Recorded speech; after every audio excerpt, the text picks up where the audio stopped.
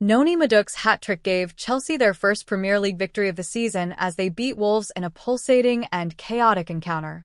Chelsea took the lead after 98 seconds when Cole Palmer's in-winging corner was inadvertently flicked on by Matheus Cunha, and an unmarked Nicholas Jackson nodded in at the back post.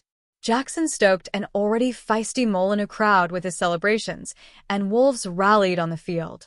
Ryan Aït-Nouri's dazzling run set up Cunha, and the livewire Brazilian equalized with a crisp low finish from inside the box, before gesturing towards Jackson. Palmer then restored Chelsea's lead with a deft cushion lob from 30 yards when he spotted Jose Sa off his line. Wolves got themselves back level for a second time shortly before the break when Jurgen Strand Larsen poked home from the edge of the 6-yard box after a free kick was squared back across goal. However, England under 21 forward Madueke's treble in 14 second-half minutes settled the game as a contest.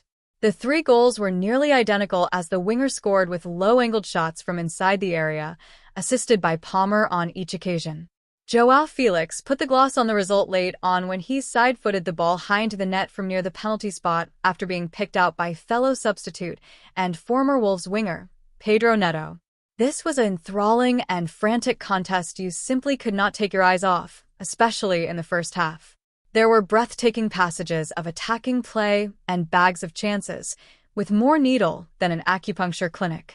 The fact referee Darren England only brandished the first card of the game shortly after the half-hour mark was nothing short of remarkable.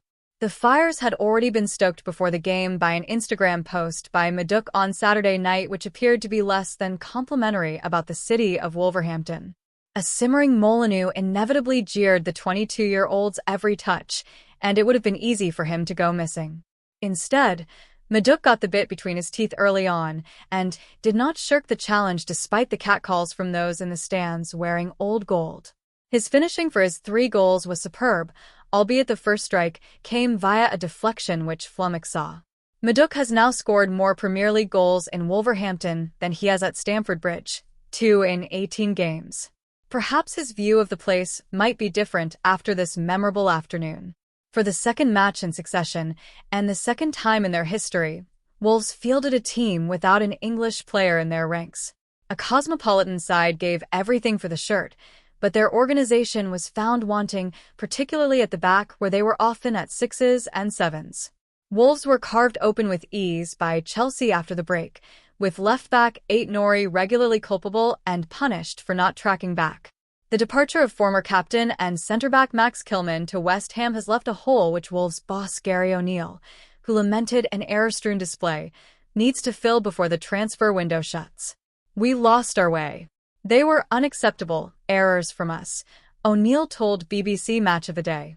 "I am all for positivity, and when the lads do well they know they have done well, but from all of us as a group to concede those 3 second-half goals as we do is unacceptable.